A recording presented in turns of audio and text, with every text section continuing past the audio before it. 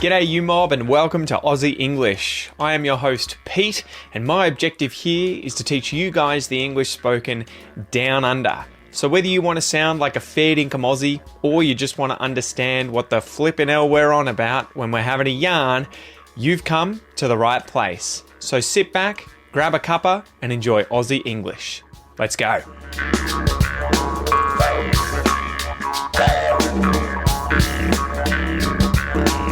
G'day you mob, how's it going? Welcome to this episode of Aussie English, the number one place for anyone and everyone wanting to learn Australian English. I hope you guys are having a ripper of a week. We have just gotten back, a few days ago from our little family holiday at Inverloch. This is a little town down the coast of Victoria, sort of halfway between Phillip Island and Wilson's Promontory, if you have been down there. So it's a lovely coastline. It was really cool. And my parents, for my dad's birthday, decided to rent this huge house. It was like a 5-bedroom house on a double block. They made sure that it was just one story because we all three families, me, my parents' family, and my sister's family were all in the same house, hence needing the 5 bedrooms. And the kids, usually we don't like going to houses now where there are multiple stories because the kids are so young, going up and down them, they're likely to sort of injure themselves. But it was a beautiful weekend. It was so cool to have my kids playing with their cousins and their grandparents and their uncle and auntie. Heaps. They were hanging out. We went down to the beach. We went to playgrounds. We got coffee. We just sort of, drank whiskey, drank beer, and hung out together. It was a great time. But I hope you guys have been having a great week. It's a little rainy today, so wherever you are, I hope the weather's nicer for you. At the moment, I am tucked up inside, nice and warm with the central heating on, as it is a little brisk, a little cold outside, and there's a storm coming apparently. So I have to go get the kids from daycare in about an hour or so and hopefully dodge the storm, avoid that before it comes. So anyway, guys, before we get into the meat of today's episode, the meat in the sandwich, don't forget if you want the transcripts for this episode, remember you can get them by signing up to the Premium Podcast membership. So this is where you will get transcripts for all of the transcribed episodes. You'll be able to read these either online or as PDFs or using the Premium Podcast player. So this is the player on the website that allows you to read and listen at the same time. You can pause, you can, copy and paste things into your own Word documents, take notes. You'll get access to bonus episodes as well, all of the extra Goss episodes that I do with my dad that are only for members. So if you want to sign up for that, go to aussieenglish.com.au/podcast. Go check that out. Besides that, I want to say thanks to all of the new members inside the Academy. So we opened the doors at the start of October and it's really cool to see so many of you joining up and jumping into the WhatsApp group, chatting away with me and with the other teachers like Ian, Leo and Tara, and also meeting the virtual assistant that sort of runs the show behind the scenes, Kate. I really appreciate her help as well as the work that all of my other employees do. I don't really like thinking of them though as employees. It's more like colleagues. These guys are my friends who work with me to hopefully deliver quality products to you guys to help you improve your English. But it's been great meeting you guys and I know that you guys are having a great time in there. So it just makes me so chuffed. So happy to see you guys and to get to know you better. So anyway, guys, let's get into today's Q&A. This one comes from Hadaz2 on Instagram, and Hadaz asks, do Aussies sometimes use the greeting howdy instead of g'day? So howdy is what I would consider to be an American greeting. I guess it's short for how do you do, right? Howdy, how do you do, how do you do, how do you do, howdy, howdy, howdy. So they would say that more frequently, much more frequently than Australians. So we would usually say, the standard g'day if you're being a little more Aussie than usual, or just, hello, how are you, how you going. We rarely say how do you do unless you're meeting someone for the first time and it's incredibly formal. Sometimes we will say howdy, but it's probably mostly the influence of American TV and movies and podcasts and everything like that on us, and it may be a bit tongue-in-cheek, if you hear the average Aussie saying, howdy, how do you do, howdy. It's, it's not that common, but it's not unheard of. So I would just go with g'day. Anyway, let's get into today's joke, guys. Slap the bird, and let's get you giggling just like this kookaburra.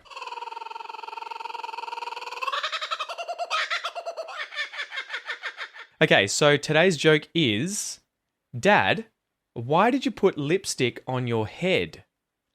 And he responds, because your mother told me to make up my mind. You get it, guys?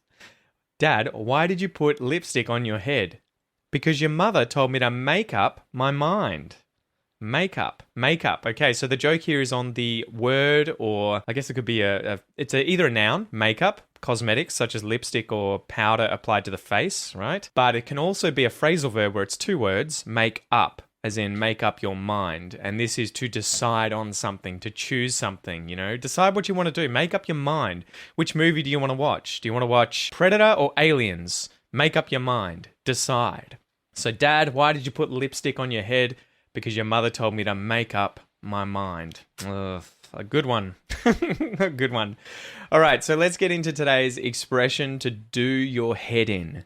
To do your head in. I'm going to break down the words in this expression. I'll tell you its meaning. We'll go through some examples of how to use it. Then we'll go through a pronunciation exercise and then a tiny little listening comprehension exercise at the end. Okay. So, to do something. I'm sure you guys will know this verb. This is one of the first verbs I imagine any of you learn when you're learning English. If you do something, you perform an action. You perform something that is, I guess it could be unspecified, right? It could be anything. So you're not saying the verb that action or performance is. You're just saying do it, right? So I want you to clean the house. I want you to do it. I want you to get down. I want you to do it, right? Do it, get down, do it. It's like, it's an unspecified action to do something. Your, I'm sure you'll know the word your. This is the second person possessive pronoun, right? This is your house. This isn't my house, this is your house. Are these your sunnies, mate? I found these sunglasses at the beach. Are these your sunnies? Head. This is the upper part of the human body, right? It is the thing that has your eyes, your nose, your mouth, your ears, everything like that is housed in or on your head, right? So you might put your sunnies on your head and then you might lose them. Where are my sunnies? They were on my head a minute ago. And then to do something in, so do your head in, do something in. This is another phrasal verb. To bring about the defeat or destruction of something, to ruin something, or to kill someone. Right? So it's not that common that you'll hear this in sort of spoken English that commonly. I think it's more like, if someone was done in, it's like they're in trouble and they've died or they've gone to jail, Oh, it really did him in, he got the pox, he got this disease and it did him in, killed him, it ruined him, it, destroyed him. He was done in by this disease. So if you do your head in, or if something does your head in, usually it's going to be something else or someone else doing your head in, it's that thing or that person is irritating you. It's causing you to be infuriated. It's making you angry, confused, frustrated, annoyed. It's doing your head in. And I guess the idea here is that it's hurting your head, right? It's ruining your head, your brain. It's destroying you. It's making you feel mentally, distressed, angry, annoyed. So it's doing your head in. And it's kind of an informal expression that is often used by English speakers, I think all around the world, but we definitely do it in Australia. So let's go through 3 examples of how I would use the expression to do your head in, right? To do your head in. So a good example that came to mind was my son, Noah, at the moment. He keeps doing this thing that I'm about to tell you about all the time, and it does my head in. So he'll ask for something.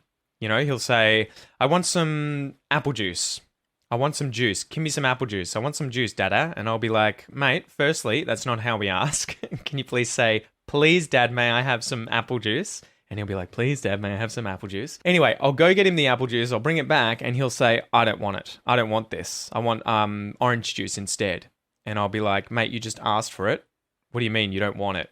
It's juice. Everyone likes juice. It's just sweet juice. You drink this all the time. And then I'll take it away and I'll get him orange juice and he'll lose his, what? He'll lose his shit. He'll get angry. He'll get upset. And he'll be like, I want the apple juice. And I'll be like, this behavior is doing my head in, Noah. It's confusing me. It's irritating me. It's infuriating me. It's frustrating me. It's making me very annoyed. It's doing my head in. You're doing my head in, mate. What do you want? What do you want? Just tell me what you want and I will give it to you. Stop doing my head in. Example number 2, the internet at our house is often on the fritz. It's often playing up. It's often not working properly. 1 minute things will be fine. You'll be streaming Netflix, watching movies like Crocodile Dundee. Everything's going well. Everything's going to plan. And then all of a sudden, the internet conks out, doesn't work anymore, and I'll have to ring the company and be like, what the hell's going on? It was fine 1 minute, now it's not. Can you help me fix it? Sometimes they can, sometimes they can't. And the other problem is that my reception on my phone is atrocious here. So I can't usually pair my phone with my computer so that my computer can access the internet through my phone. So it's infuriating, right? So when this happens, it does my head in. When the internet goes on the fritz, when it plays up, when it's not working properly, it really does my head in. It irritates me, it annoys me, it frustrates me, it does my head in. Example number 3, politics in Australia does my head in, right? The pollies, the politicians, whether on the left side of politicians in the Labor Party, whether on the right side, the Liberal Party, they tend to do my head in.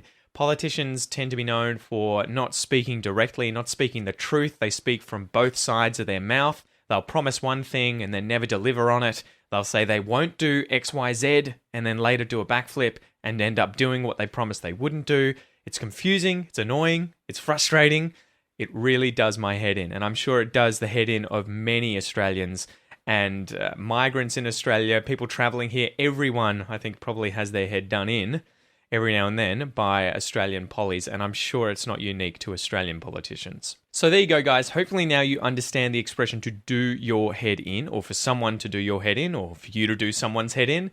This is to infuriate or irritate someone. It is to become or be made to be angry, confused, annoyed, frustrated, to do your head in. So as usual, guys, let's go through a little pronunciation exercise. This is where I'm going to read out some words and phrases, and your goal is to speak them out loud after me and work on your pronunciation. Focus on things like connected speech, intonation, which words am I emphasizing in these sentences? English is a stress-timed language, which means certain words get reduced, certain syllables get reduced, other words get emphasized or stressed. And if you can get used to this, it is going to make you sound a lot more natural when speaking, okay? So, are you ready? Let's go.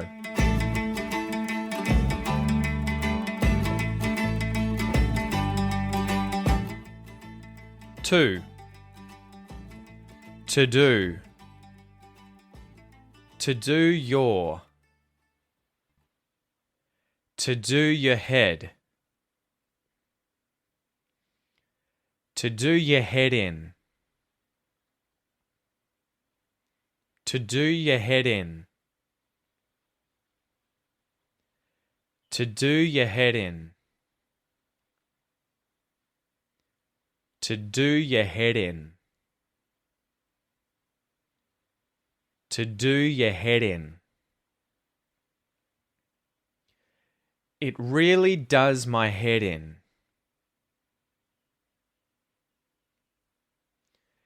It really does your head in.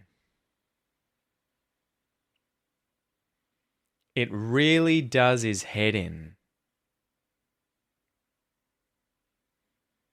It really does her head in. It really does our head in. It really does their head in. It really does its head in. Great job, guys. Now, there's quite a few things going on there. If I say the phrase, to do your head in, to do your head in, which words do you hear are being emphasized? It's going to be the content words of the phrase, right? So the interesting words. Do, the verb, and then head, and maybe in. To do your head in. Yeah, slightly. To do your head in. So do, head, and in to an extent. So what happens to the words to and your? They get reduced, and instead of hearing oo and or, you hear the schwa sound. To do your head in. To do your head in. To do your head in. Interesting, huh?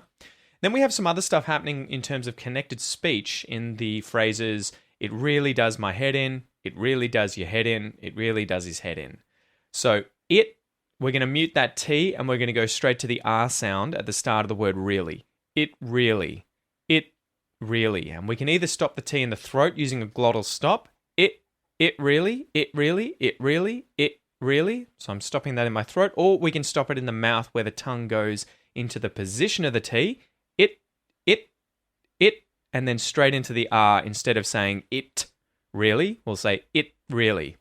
It really. Then you're going to hear words like does is and does-er. You're going to hear them linked together with that Z sound at the end of the word does, and the H at the front of his and her is removed, so it's H deletion. So does is, does-er. Does is, does-er. It really does his head in. It really does her head in.